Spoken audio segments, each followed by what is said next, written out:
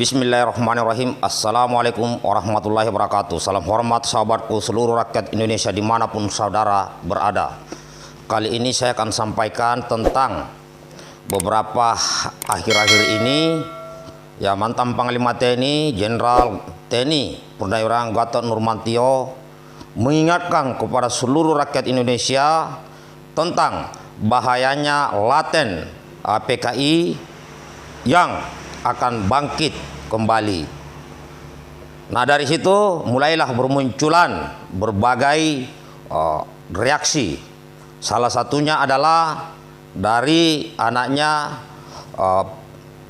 DN Aidit ya, DN Aidit, yaitu Pak Ilham Aidit ya. Beliau memberikan reaksi. Nah, ini saya bacakan beritanya. Jenderal TNI Purnawirawan Gatot Nurmantio ingatkan kebangkitan PKI. Anak ketua PKI DN Aidit pun gerah. Disadur dari radar nonstop. Kegotolan mantan Panglima TNI Jenderal TNI Purnawirawan Gatot Nurmantio mengingatkan akan bahaya PKI mengundang reaksi beragam. Ada yang gerah, ada pula yang sepakat. Bahkan banyak juga yang menuding Jenderal TNI Purnawirawan Gatot Nurmantio memiliki agenda politik tersembunyi di balik peringatan-peringatannya akan bahaya laten PKI yang sudah menyusup ke semua lini. Salah satunya adalah Bapak Ilham Aidit, putra keempat mendiang ketua CC PKI DN Aidit. Dilansir dari laman suara.com, Ilham mengaku tak heran ihwal mencuatnya kembali isu kebangkitan PKI. Menurutnya, isu kebangkitan PKI itu memang selalu dikuar-kuarkan oleh pihak tertentu setiap tahunnya, khususnya ketika memasuki bulan September. Bayangkan, sekarang sudah lebih dari 50 tahun itu dibangkit-bangkitkan lagi dan sebagainya. Memang tahun-tahun yang tidak pernah berakhir. Buat kami-kami ini tahu bahwa ini nggak akan berakhir. Mungkin reda sedikit karena ada isu lain, tapi kemudian nanti akan muncul lagi, kata Ilham Aidit pada hari Kamis tanggal 24 September 2020. Ia juga berpendapat semua yang terjadi itu bukan tanpa sebab.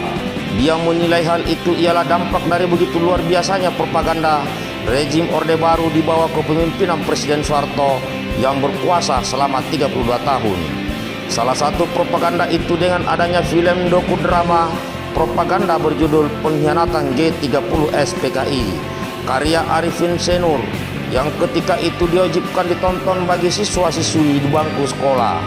Saat itu film Pengkhianatan G30S PKI pada era 80-an hingga 90-an jadi modal bagi Presiden Soeharto memberikan penjelasan tentang tragedi 65 versi Presiden Soeharto. Film tersebut disponsori pemerintah Orde Baru dengan anggaran 800 juta rupiah, sehingga ada 1,5 generasi lah kira-kira yang berhasil didoktrinisasi atau dipaparkan soal beginian. Itu perlu diterapi yang juga lama, ujar Ilham Aidit. Ilham Aidit sebelumnya juga pernah mengaku kesal kepada Gatot Nurmantio, terlebih saat menjabat sebagai Panglima TNI. Pak Gatot pernah menginstruksikan prajuritnya untuk wajib menonton kembali film Pengkhianatan G30S PKI.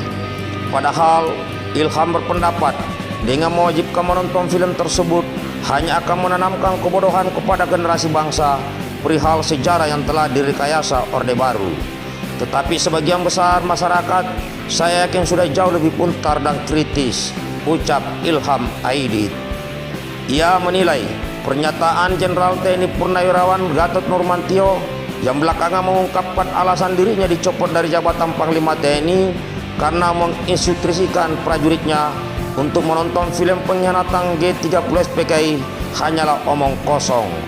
Alasannya, Ilham melanjutkan, semua orang pun telah mengetahui bahwa Jenderal TNI Purnawirawan Gatot Nurmantio dicopot lantaran masa baktinya memang telah habis.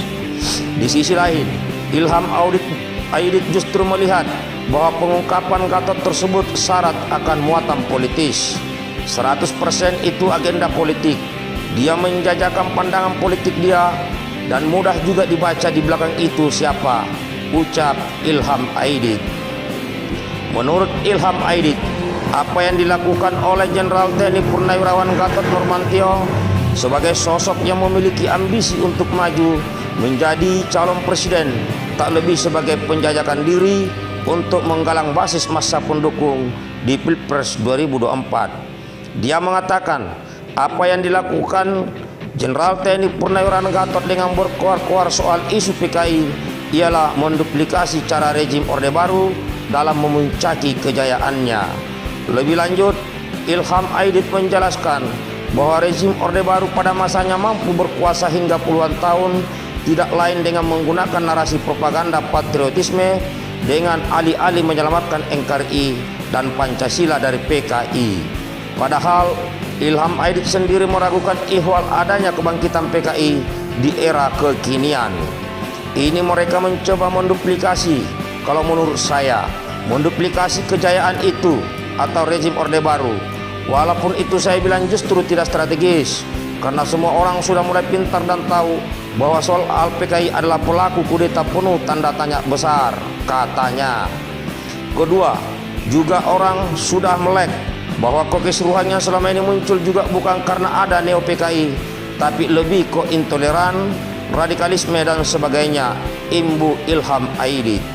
Ia memiliki pendapat paham komunisme sendiri saat ini menurutnya tidak lagi mempunyai ruang di dunia, meski masih ada beberapa negara di Eropa yang menganut paham tersebut.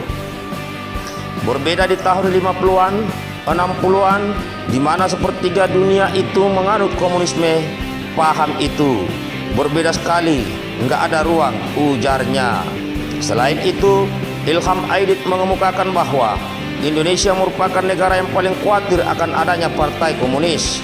Berbeda dengan negara-negara lain yang tidak begitu takut atau khawatir lantaran mereka meyakini bahwa partai komunis kekinian tidak lagi laku atau memiliki tempat.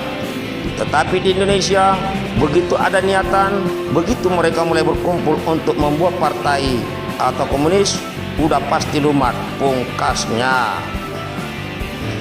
Tadi saudara-saudaraku saya sudah bacakan apa yang disampaikan oleh DN Aidit.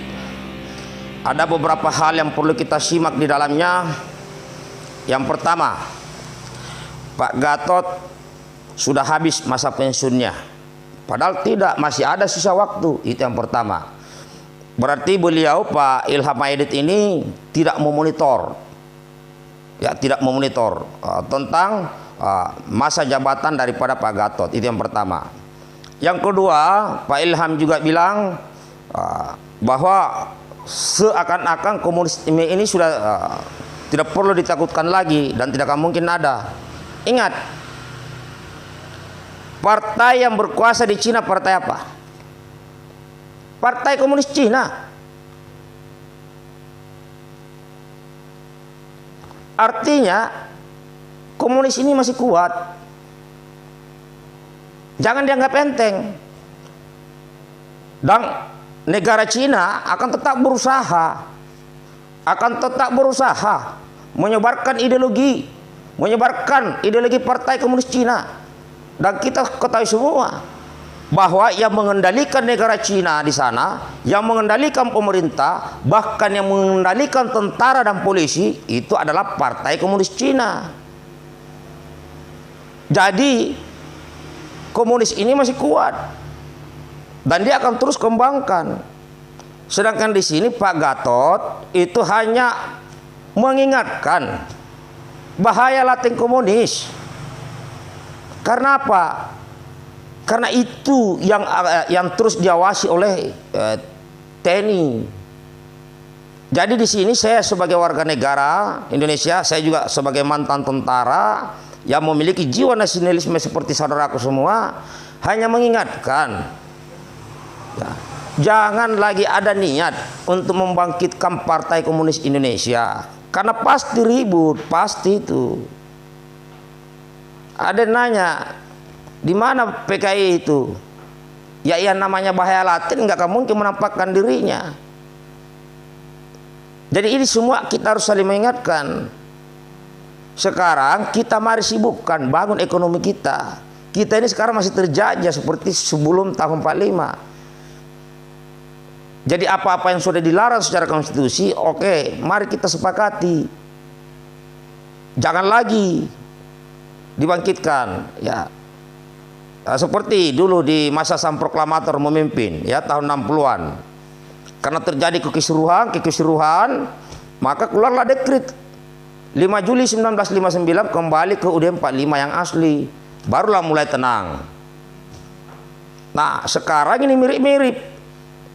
Ya, UUD 45 yang asli sudah diamandemen. Nah, mulailah ribut lagi, ribut lagi. Saling mencurigai terus.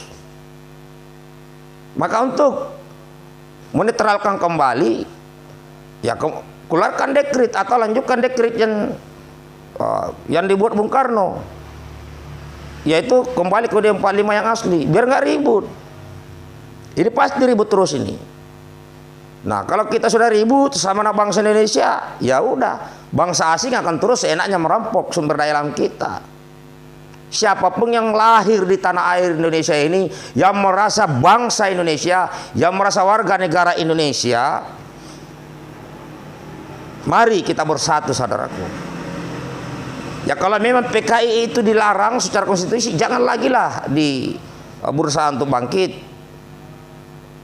Enggak usah lagi lah ada itu namanya Nasakom, itu sudah masanya sudah lewat. Kita sudah ada Pancasila yang disepakati tanggal 18 Agustus 1945. Nah, ini akhirnya banyak persepsi, sudah capek kita ini semua ribut. Sehingga hilang waktu, hilang apa semua untuk membangun ekonomi bangsa ini. Nah, ribut, habis energi kita, habis.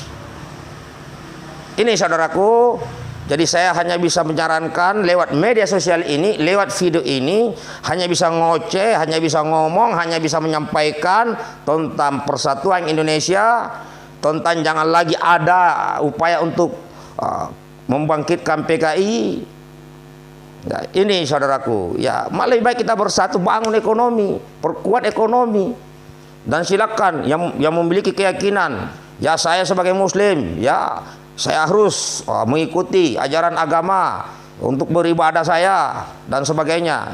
Yang mungkin yang non Muslim silakan, dan gunakan Pancasila ini sebagai ideologi negara agar kita semua ini tetap menjaga kerukunan antar umat beragama. Jangan kita mau dibenturkan. Ini saja yang bisa saya sampaikan. Tolong bantu sebarkan video ini agar ajakan-ajakan saya selaku warga negara, ya sebagai warga negara yang ingin tetap persatuan Indonesia abadi, dan mari kita sibukkan diri membangun ekonomi, dan juga kita tidak boleh diam, kita harus tetap mengkritik pemerintah jika melanggar kebijakan-kebijakan yang tidak sesuai dengan konstitusi negara kita, seperti adanya oknum penguasa yang memasukkan tenaga kerja asing ke sini ini, itu sudah melanggar itu amanah konstitusi. Ya. Nah, ini saja. Terima kasih sahabatku. Tetap semangat, merdeka. Salam hormatku buat semuanya. Assalamualaikum warahmatullahi wabarakatuh.